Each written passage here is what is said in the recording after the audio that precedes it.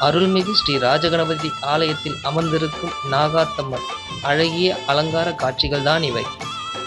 இது உங்கள் பார்வைக்கு. நன்றி, வணக்கம்.